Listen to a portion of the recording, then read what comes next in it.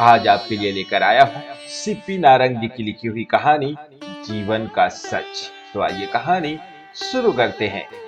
सच में मैं तंग आ चुकी हूँ नीलू। लगता है कहीं भाग जाऊं या फिर कुछ कर लूं। कितना भी कर लूं, इन लोगों के लिए इनकी तसल्ली ही नहीं होती। क्या क्या न किया मैंने इनके लिए, पर इन्होंने क्या किया मेरे साथ। मेरे गहने तक रख लिए, कहीं आना जाना नहीं, सारा दिन बस गधे के समान जुटे रहो।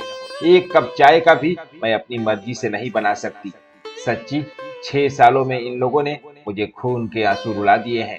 अब अब तो लगता है कि ईश्वर से बोलूं, ये लोग कभी सुखी।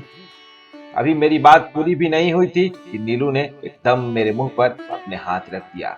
मैं अवाक रह गई। कुछ भी बुरा मुंह से मत निकालना अनु। अभी तुम गुस्से में हो, पर शांति से काम लो। ये दिन भी निकल जाएंगे। सब दिन एक जैसे नहीं होते। ये तुम कह रही हो नीलू, अपना समय भूल गई क्या? क्या क्या नहीं गुजरा तुम्हारे साथ? शायद तुम भूल गई। एक बार रो रो कर तुम मेरे सामने ही कह रही थी कि घिसट घिसट कर मरेंगे ये। हाँ, कहा था। याद है मुझे अनु, इसीलिए अब तुम्हें रोक रही हूँ। जो गलती मैंने की है, मैं नहीं चाहती वो तुम भी करो। कहते हैं ना, ईश्वर आपकी हर इच्छा पूरी करता है, बस अपनी इच्छा भी साथ में जोड़ देता है। मेरी सास 3 साल तक बिस्तर पर पड़ी रही। बेड शोर हो गए थे, ऊपर नीचे तक नलियां लगी हुई थी।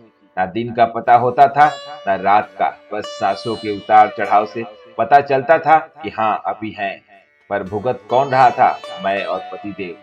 अब इतने पत्थर दिल हम दोनों ही ना थे कि उन्हें उनके हाल पर छोड़ देते। पर जब तक वो रही, चाहे अब वो कहने सुनने की सीमा से परे थी, पर सासें तो थी ना। हमारी जिंदगी ही जैसे थम सी गई थी। ना कहीं आना जाना, ना कोई तीज त्योहार की खुशी, ना कहीं जाने का उत्साह। बस एक बंदी बधाई जिंदगी जी रहे थे हम। पिताजी की याद है ना तुम्हें? उन्हें बस अपने से मतलब होता था। मेरी हर ख्वाहिश पूरी होनी चाहिए। बस इसी भागा दौड़ी में दिन बीत रहे थे।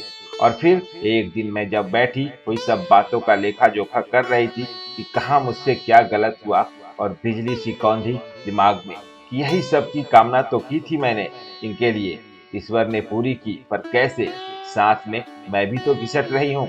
तब समझ में आया कि ईश्वर से किसी के लिए भी, चाहे वो तुम्हारा दुश्मन ही क्यों ना हो, बद्दुआ मत मांगो। दुख देना सुख देना ऊपर वाले के हाथ में है। तो फिर हम उससे मांग कर अपने लिए क्यों कांटे बो देते हैं? इसीलिए तुम्हें भी कह रही हूँ, बस यही बोलो, ईश्वर जो तुम्हें मंजूर हो, जो सबके लिए अच्छा हो, वही कर। कहते हुए नीलू रोने लगी और मैं किंग कर्तव्य विमूढ़ हो गई। कानों में नीलू की आवाज गूंज रही थी, किसी के लिए भी बददुआ मत मांगो। ये ना हो तुम्हारी इच्छा पूरी हो जाए, पर फिर खून के आंसू तुम्हें ही पीने पड़े।